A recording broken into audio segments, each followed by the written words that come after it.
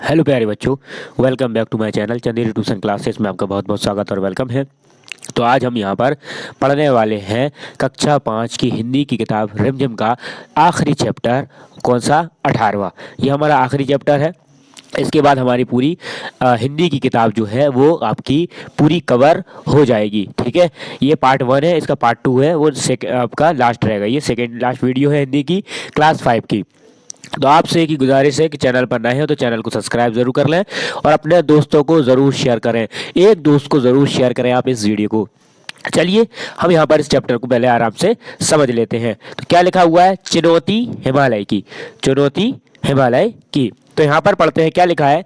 जोजिला पास से आगे चलकर जवाहरलाल मदायान पहुंचे तो वहां के नवयुवक कुली ने बताया, साहब सामने उस बर्फ से ढके पहाड़ के पीछे अमरनाथ की गुफा है। लेकिन अमरनाथ की गुफा है, लेकिन साहब रास्ता बहुत टेढ़ा है। किशन ने कुली की बात काटी, बहुत चढ़ाई है और साहब दूर भी है। कितनी दूर? जवाहरलाल ने पूछा। 8 मील साहब, कुली ने जल्दी से उत्तर दिया। बस, तब तो जरूर चलेंगे। जवाहरलाल ने अपने चचेरे भाई की ओर प्रश्न सूचक दृष्टि डाली। दोनों कश्मीर घूमने निकले थे और जोजिला पास से होकर लद्दाखी इलाके की ओर चले आए थे। अब अमरनाथ जाने में क्या आपत्ति हो सकती थी? फिर जवाहरलाल रास्ते की मुश्किलों के बारे में सुनकर सफर के लिए और भी उत्सुक हो गए। कौन कौन चलेगा हमारे साथ? जवाहरलाल ने जानना चाहा। तुरंत किशन बोला, साहब मैं चलूंगा, भेड़े चराने मेरी बेटी चली जाएगी।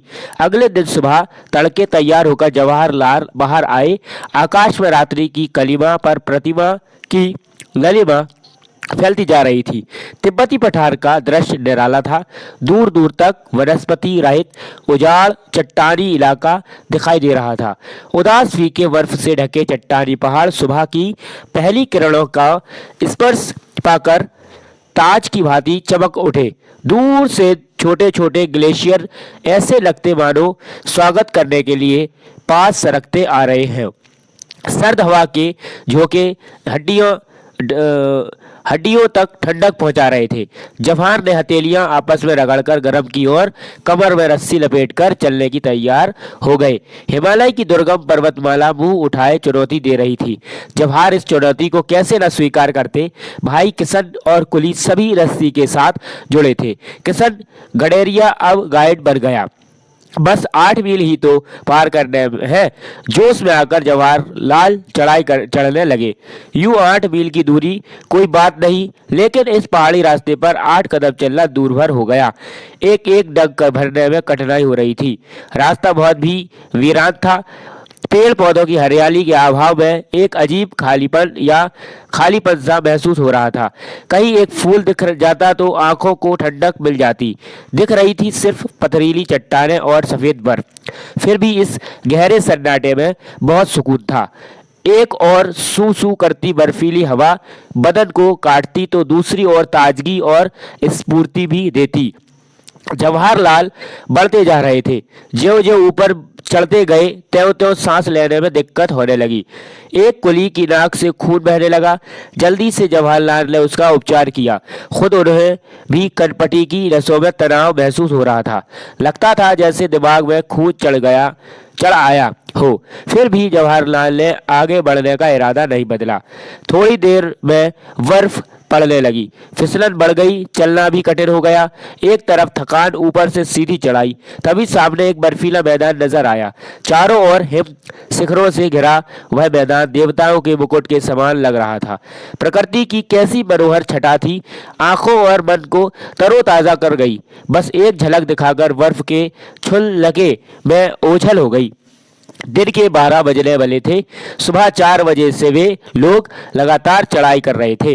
शायद 16,000 फीट की ऊंचाई पर हो गए इस वक्त अमरनाथ। फिर उसके बाद से भी ऊपर पर अमरनाथ की गुफा का दूर दूर तक पता नहीं था। इस पर जवाहरलाल की चाल ने ढीलापन था। इस ना बदन में सुस्ती। हिमालय ने चुनौती जो दी थी, निर्गम पथ पार करने का उत्साह उन्हें आगे खींच रहा था।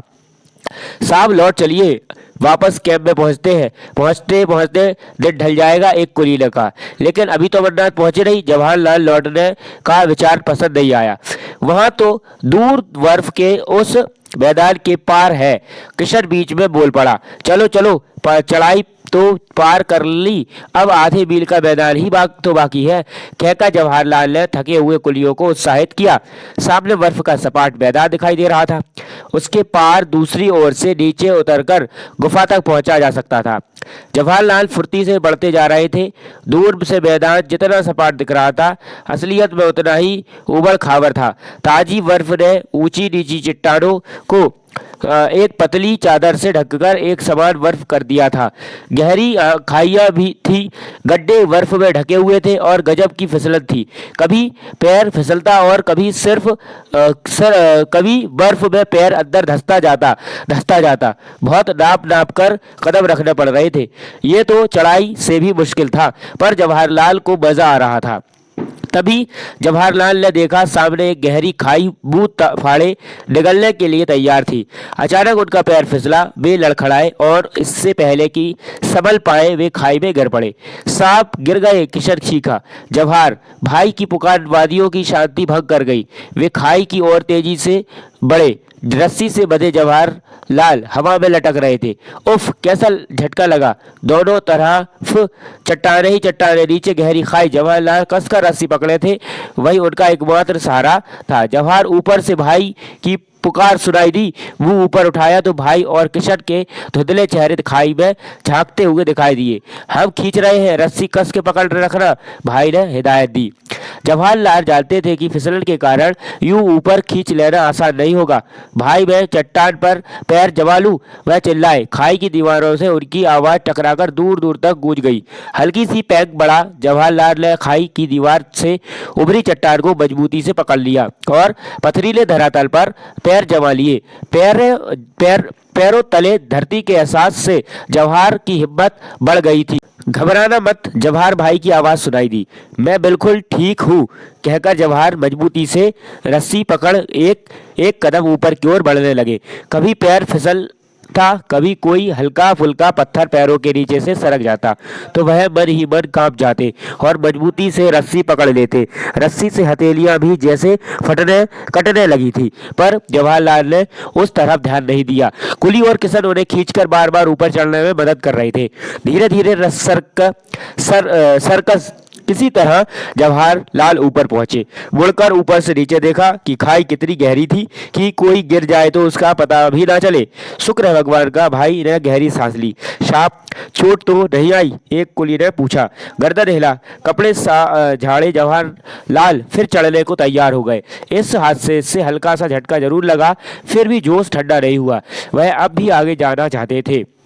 आगे चलकर इस तरह की गहरी और चौड़ी खाइयों की तादाद बहुत थी। खाइयां पार करने का उचित सामान भी तो नहीं था। निराश होकर जवाहरलाल को अमरनाथ का सफर अधूरा छोड़कर वापस लौटना पड़ा। अमरनाथ पहुंचने का सपना तो पूरा न हो सका, पर हिमालय की ऊंचाई सदा जवाहरलाल को आकर्षित करती रही। ये क्या है हमारा? सुरेखा पढ़कर ने इसको लिखा हुआ है। क्वेश्चन आंसर है, इसके बाद हम आराम से इसको फिर अगले अध्याय में पढ़ेंगे। ठीक है, ये जवाहरलाल कौन है? जवाहरलाल नेहरू। ठीक है, और ये जो कहानी है बहुत अच्छी है। इसमें बताई गई है कि अमरनाथ जो गुफा है भगवान की मंदिर जाने के लिए बहुत ही बड़ी समस्या है। जाने में बहुत परेशानी होती है, बर्फ़ गिर जाती है। तब बताइए कौन कौन अमरनाथ का भक्त है, जरूर कमेंट जरूर करें। थैंक्स फॉर वॉचिंग, मिलते हैं नेक्स्ट वीडियो में।